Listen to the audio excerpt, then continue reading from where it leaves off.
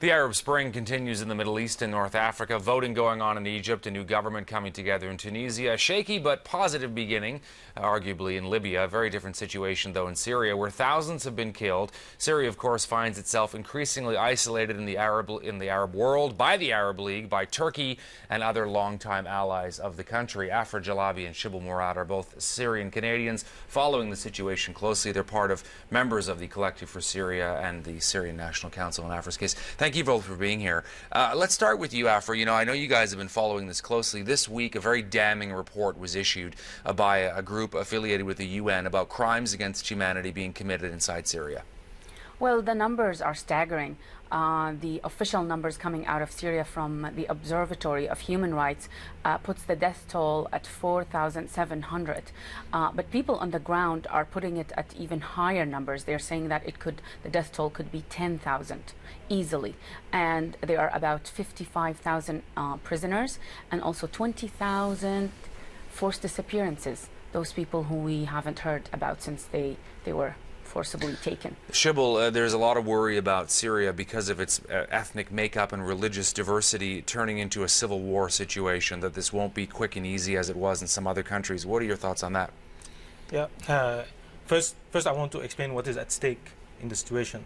So the report you just mentioned talks about people who are in prison.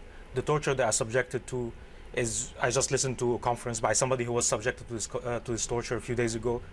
They subjected to daily torture, which includes very, very violent ways of making people, and the objective is not even to get information, but to humiliate them on a continuous basis. 256 children were killed by the regime, according to United Nations. Children are subjected to torture in prisons routinely, including sexual torture, and not only children, but men as well are subjected to sexual torture. So what is at stake is not politics. It's humans who left their families and who are going to spend Christmas cold in cells, subjected to torture on a daily basis.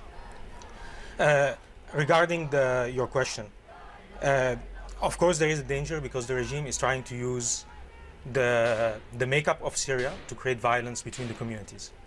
For 8 months we have seen that the communities of Syria have resisted this, and there have been very, very little or no community-to-community violence. So this is the regime's story. But from what we see on the ground, we do not see any of this.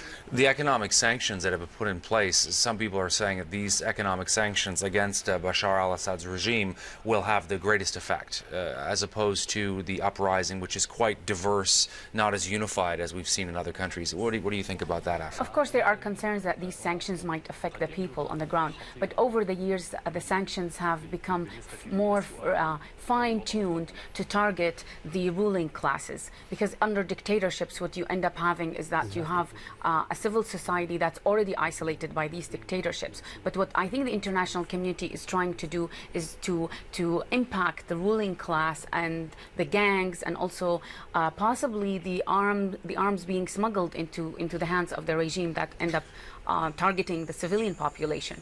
Really quickly, we only got about 30 seconds. The role that social media has played in this and continues to play, what can you tell us about that? I think the whole Arab Spring is a result of social media existence and new media.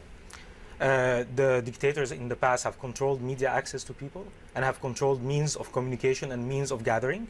Now, using social media, they're using their phones to become citizen journalists. So they're breaking the media embargo on the country. Right. And they're using other means of social media to gather together and organize themselves. All right. So social media is, I would say, is the new weapon that has put the population on top of the dictatorships, while dictatorships have been on top for the last 50 years. I want to thank both of you for coming in. We're out of time, but I'll have you back, I promise. Thank you for having us. Thank you very much.